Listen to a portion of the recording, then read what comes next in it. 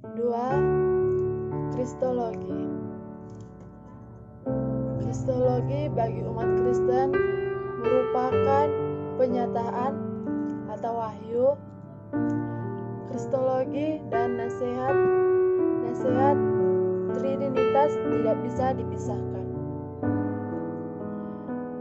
Kristologi maksudnya ialah pengajaran tentang Kristus, pengenalan tentang Kristus, mengenai siapakah Yesus, siapakah Kristus, siapakah Tuhan. Nama Yesus merupakan nama dari bahasa Yunani yang berasal dari kata Ibrani Joshua. Yesus artinya menyelamatkan. Dari arti Yesus kita bisa dapat simpulkan dan mengetahui siapa Yesus sebenarnya.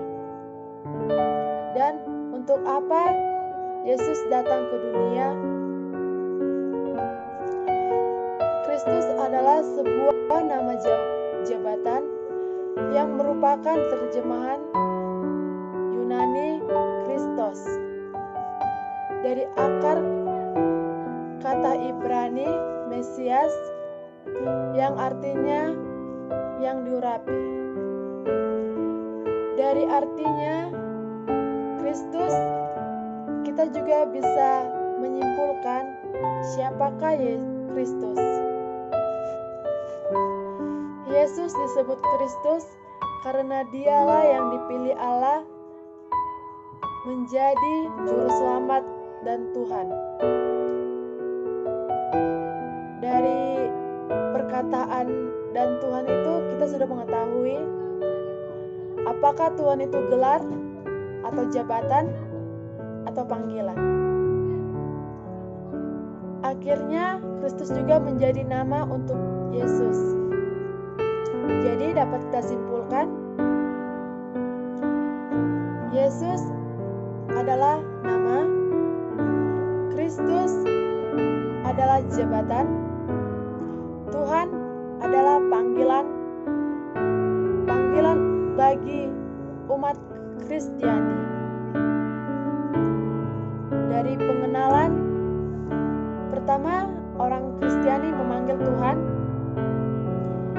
Jika semakin lama mengenal Tuhannya, dia pasti memanggil dengan Yesus Kristus atau Bapa. Yesus Kristus sepintas seperti manusia. Sebagaimana halnya manusia dilahirkan oleh seorang perempuan dan dibesarkan di desa dan berbicara dengan tutur kata yang baik.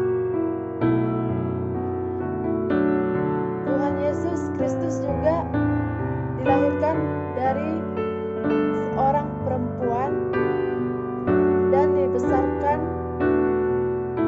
di desa dan diajarkan mengenai tentang kebaikan,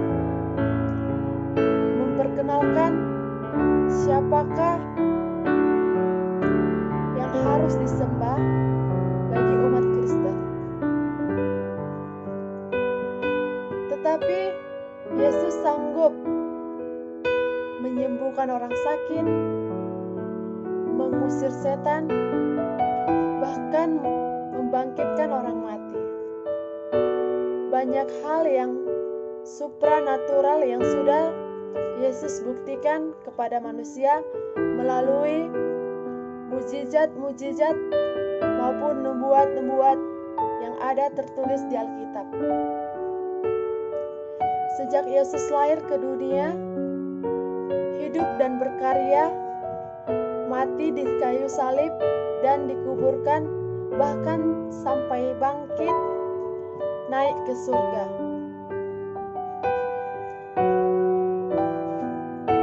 Sudah banyak pandangan diberikan Yesus. Banyak manusia yang merendahkan Dia, mengucilkan Dia, bahkan tidak mau tahu tentang Kristus. Tetapi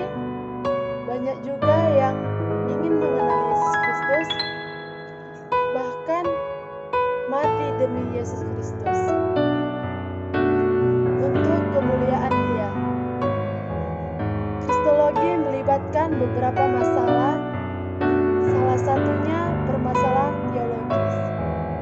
Mempelajari kristologi dengan metode penelusuran historik, melibatkan timbulnya pandangan-pandangan kristologi yang bertentangan dengan kristologi atau bahwa Yesus adalah Allah dan manusia. Di dalam teologi dikenal dua macam pendekatan kristologi. Yang pertama, kristologi dari atas. Kristologi dari atas ialah melihat siapakah Yesus Kristus sebelum Dia datang ke dunia. Pandang ini menyatakan kealahannya. Yesus Kristus terselubung ketika Dia di dalam dunia, supaya manusia dapat mengenal Dia Allah yang sejati. Maka harus melihat siapakah Yesus sebelum Dia datang ke dunia. Yang kedua, kristologi dari bawah, yang memiliki pendekatan yang justru kebalikan dari pandangan tersebut. Pandangan ini memperhatikan secara sungguh-sungguh siapakah Yesus ketika Dia berada di dunia. Pendekatan ini lebih menekankan keberadaan Yesus sebagai manusia. Ketiga, kristologi alternatif. Kristologi ini dibagi bagi orang-orang Injil ialah paduan dari unsur-unsur kristologi atas dan bawah. Tidak hanya iman manusia atau penyelusuran historik saja, melainkan dua-duanya yang menjalin saling bergantung dan berkembang.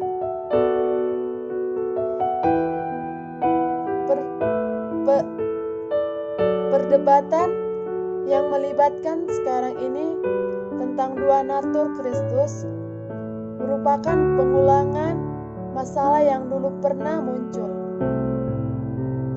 Pribadi Tuhan Yesus Kristus memang merupakan salah satu contoh yang harus ditiru oleh manusia, seperti sifatnya bahkan karakternya, baik dalam kesabaran maupun kebaikan, saling mengasihi,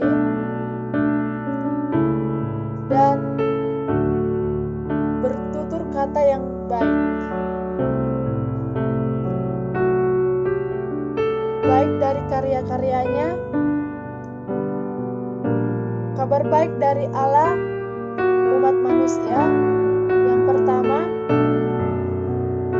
prinsip dua natur Kristus. Dua, keilahian Kristus. Ketiga, kemanusiaan Kristus. Keempat, pentingnya dua natur Kristen. Kelima, persatuan pribadi. Keenam, kenosis dan unik hipostatik. Ajaran-ajaran yang salah mengenai dua natur Kristus. Ada tiga jabatan Kristus. Yang pertama, Nabi. Kenapa dikatakan Nabi? Karena Tuhan Yesus bisa menyembuhkan orang-orang sakit dan membangkitkan orang mati. Iman. Yesus Kristus adalah dasar iman kita bagi umat Kristiani. Jika kita tidak meniru atau tidak seperti yang diajarkan Yesus Kristus, kita tidak mencapai kehidupan yang kekal. Yang ketiga ialah jabatan sebagai raja. raja di atas segala raja, dan tidak ada raja selain Dia yang disembah oleh umat Kristiani.